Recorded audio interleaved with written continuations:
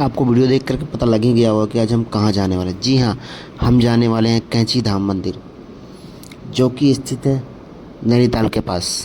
जैसा कि आपको पता ही होगा कि 15 जून को सबसे ज़्यादा यहाँ पे भीड़ होता है। इस दिन की मान्यता सबसे ज़्यादा है क्योंकि इसी दिन नीम करोली बाबा जी ने इस मंदिर की स्थापना की थी।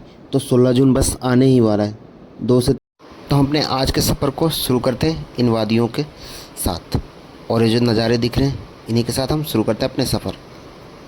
और यही है नीम करोली बाबा का मंदिर, कैंची धाम।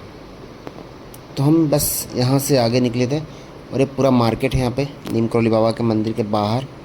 और सुबह में अगर आते हो आप तो भीड़ कम मिलेगा, जैसे जैसे समय बीतता जाता है भीड़ बहुत ज़्यादा होती जाती है।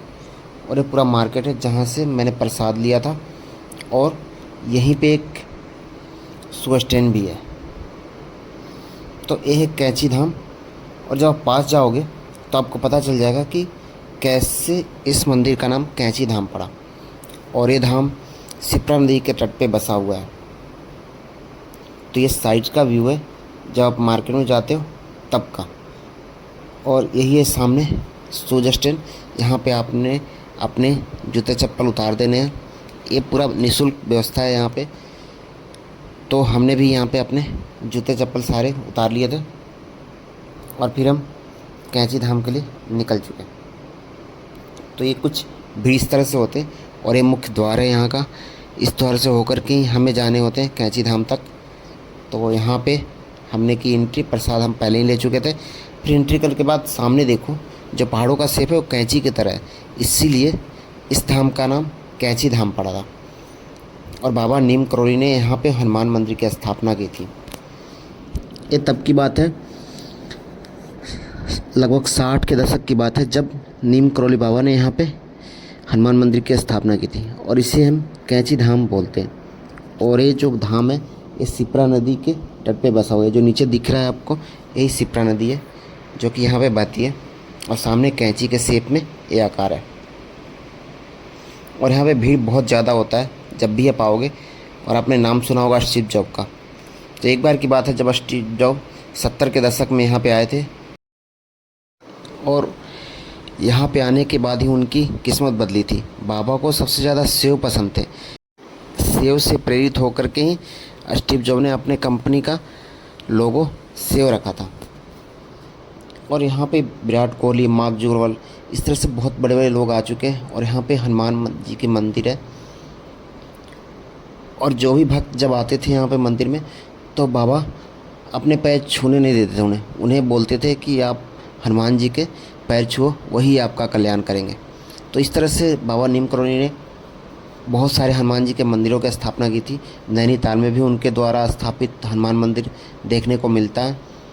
और आप यहाँ पे किस तरह से आ रहे हो वो आप देख लेना, बाइक से आ रहे हो, कार से आ रहे हो, या शेयर टैक्सी, जो भी ये सारे ऑप्शन यहाँ पे अवेलेबल है। और ये फिर हमने दर्शन करने के बाद हम निकल चुके बाहर की तरफ, और नीचे हमारे शिप्रा नदी है, और सामने कैंची के शेप में पहाड़ जो दिख रहे हैं। और इसी के शेप के कारण ही इस धाम का नाम कैंची धाम पड़ा था। और यहाँ पे व्यू बहुत प्यारे होते हैं। बस आपको ये ध्यान रखना है कि आपको सुबह सुबह यहाँ पे आने, क्योंकि ये देखो सुबह का टाइम का है फुटेज, जो कि खाली है, इतना भीड़ नहीं है। और सामने वो दुकान है जहाँ से प्रसाद मैंने लिया था। यहाँ बहुत सारे जगह मिल जाएंगे जहाँ से आप प्रसाद ले सकते हो। अरे बाहर का मार्केट है, और यहाँ पे शूज हमने उतारे थे, फिर वापस यहीं से शूज ले लिया हमने। और देखो जैसे जैसे टाइम बीतता जा रहा है भीड़ कितना ज़्यादा हो रहा है, बहुत ज़्यादा भीड़ हो जाती है, गाड़ियाँ क्रॉस भी नहीं हो पाती। तो आप यहाँ तक मत लाओ गाड़ियों को, यहाँ लाने की ज़रूरत नहीं है। बगल में ही पार्किंग बना हुआ है, कार का, बाइक का, जो भी आपके पास हो उसे आप बगल में पार्क कर सकते हो।